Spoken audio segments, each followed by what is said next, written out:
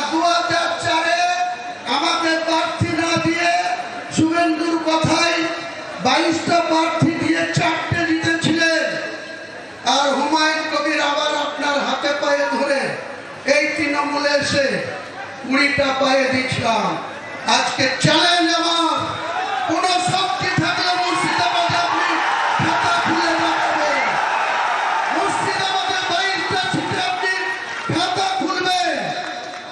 2 BJP আছে, BJP হয়তো 2-1টা seat বাড়িয়ে নিতে পারে। তাদের যা কৌশল, তাদের যা অর্থবল, তাদের যা কৌশল অবলম্বন করে চলছে। কিন্তু আমি চ্যালেঞ্জ করছি, আমি বেঁচে থাকলে মমতা বন্দ্যোপাধ্যায় চূড়া ফুলের 0 করব, 0 করব, 0 করব।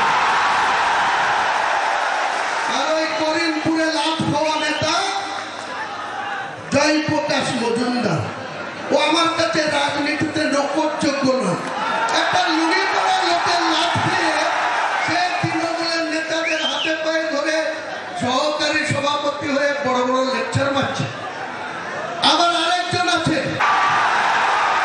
এই কুণাল ঘোষ আবার বলছে ক্ষমতা থাকলে ব্রিগেডে করে দেখা। হ্যাঁ কুণাল ঘোষ, হ্যাঁ মমতা ব্যানার্জি, তোমাদেরকে আগামী জানুয়ারি মাসে আমি ব্রিগেড ময়দানে সভা করে দেখাবো। রাজনৈতিক মৃত্যু ঘন্টা সেদিন বাজিয়ে দিব কলকাতার ব্রিগেড। পারলে হুমায়ুন কবিরকে রুখে দিবা। আমি তারিখ ঘোষণা করছি না, 31শে জানুয়ারির আগেই হবে। জানুয়ারি মাস পার হতে দেব না, কারণ আপনারা জানেন ব্রিগেড মাঠটা সেন্ট্রাল গভর্নমেন্টের আন্ডারে, তাদের এনওসি নিতে হবে। এনওসি তো অনেক কিছু আটকাবার চেষ্টা করবে, সে আমি নিশ্চয়ই চেষ্টা চরিত্র করে যদি আমি এনওসি পাই ব্রিগেডেই। আপনি এক সময় মমতা ব্যানার্জিকে কি বলেছিলেন? চোরের রানী বলেছিলেন। সারদাকে যখন আপনি 3.5 বছর জেল খেটেছিলেন, তখন মমতা বন্দ্যোপাধ্যায়ের গ্রেপ্তার চেয়েছিল। কে চেয়েছিল? হুমায়ুন কবির চেয়েছিল না কোনো মুসলিম চেয়েছিল? আপনি কুণাল ঘোষ চেয়েছিলেন, মমতাকে চোরের রানী বলেছিলেন। আমি বলিনি, হুমায়ুন কবির বলেনি, বাংলার কোন মুসলমান সম্প্রদায় মমতা বন্দ্যোপাধ্যায়কে চোর বলেনি, কিন্তু আপনারা বলেছেন। আর মমতা বন্দ্যোপাধ্যায় এত গুণবলিতে ভরা, যে যত বেশি গাল দেবে তার অত বেশি প্রমোশন হবে মমতা ব্যানার্জির কাছে। যে যত বেশি ওকে গাল দেবে মমতা ব্যানার্জি। বুদ্ধবাবু আজকাল পৃথিবীতে নেই। বুদ্ধবাবু আপনার মতো 11 বছর মুখ্যমন্ত্রী ছিল, আর জ্যোতিবাবুর মন্ত্রিসভায় দীর্ঘদিন পুলিশ মন্ত্রী, অন্যান্য সাংস্কৃতিক দপ্তরের মন্ত্রী ছিল। তার কি অবস্থা? তার একটা মাত্র মেয়ে, তার স্ত্রীর নাম মীরা ভট্টাচার্য। তিনারা কোন জায়গায় থাকতেন? বালিগঞ্জ একটা সরকারি ছোট্ট ফ্ল্যাটে, যেখানে কংগ্রেস নেতা প্রদীপ ভট্টাচার্য থাকে, বুদ্ধবাবু থাকে। আজকে আপনি বলেন সততার প্রতীক। 30B স্টেটে আপনার কতটা, আপনার বাবার নামে কতটা সম্পত্তি ছিল আপনি দেখাতে পারবেন? বাংলার মানুষের ভোট নিয়ে মুখ্যমন্ত্রীর চেয়ারে বসে আপনার পরিবারের প্রত্যেকটা সদস্য ফুলে ফুটে একদম আকাশ ছোঁয়া জায়গায় পৌঁছে। আর আপনি বাংলার মানুষের জন্য যেদিন 13 মে 2011 বুদ্ধবাবুদের পরাজয় ঘটেছিল, 7 দিন পরে 20শে মে আপনি বাংলার মুখ্যমন্ত্রী হয়েছিলেন। সেদিন বাংলার মানুষের মাথা পিছু আয়ের কত ছিল, টোটাল আয় কত, ঋণ কত ছিল? 1,96,000 কোটি। আপনি খেলা, মেলা, পুজো, বিভিন্ন উৎসব আর আপনার মনের মতো করে রং তামাশা করে আজকে আপনি 7.5 লক্ষ কোটি টাকা ঋণের বোঝা বাংলার মানুষের পরে চাপিয়েছে।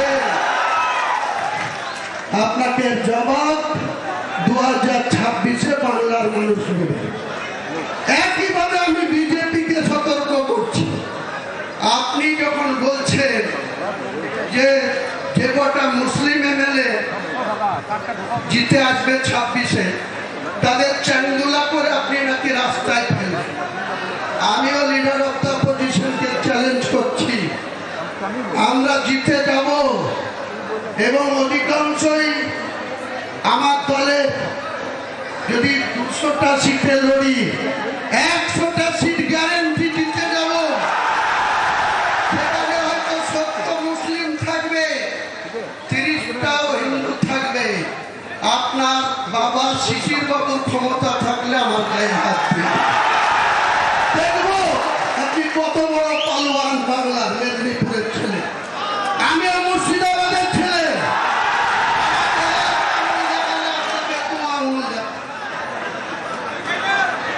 রাজনৈতিক ভাবে চ্যালেঞ্জ আপনি অ্যাকসেপ্ট করুন।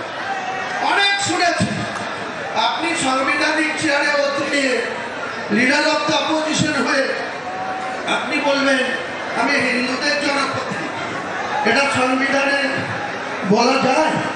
আমি হুমায়ুন কবির, ভোট যারাই দিক, আমি ভোট পেয়ে নির্বাচিত সার্টিফিকেট পেয়েছি। মুর্শিদাবাদ সহ বাংলা 11.5 কোটি মানুষের 294 জন এমএলএ, তারা 11.5 কোটি মানুষের জনপ্রতিনিধি।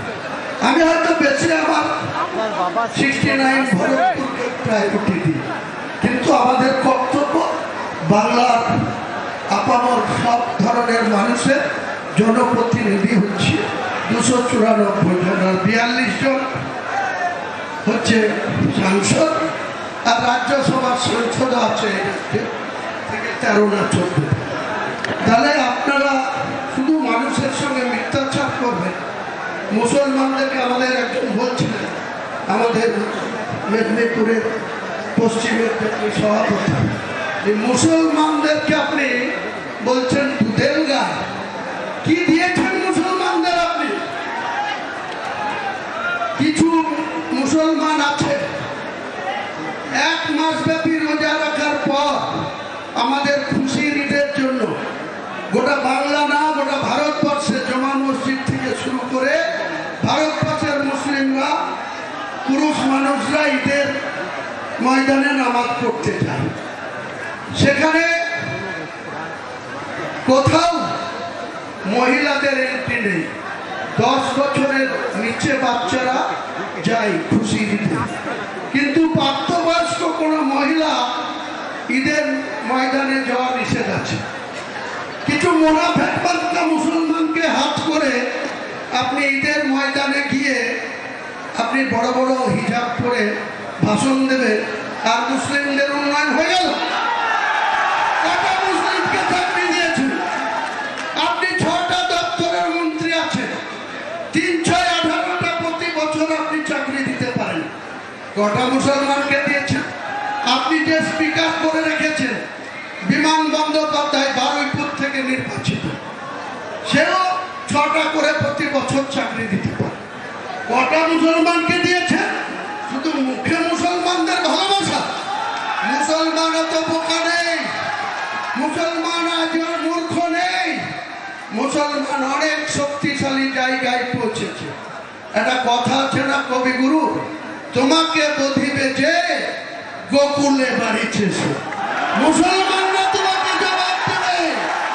ওয়েট করেন মুখ্যমন্ত্রী, আর আপনার পালোয়ান ভাইপোকেও বলুন যত খুশি আইপ্যাকের লোককে পাঠান, আর যে 3 মাস বাকি আছে লুটে নেন, যা পারবেন লুটে নেন।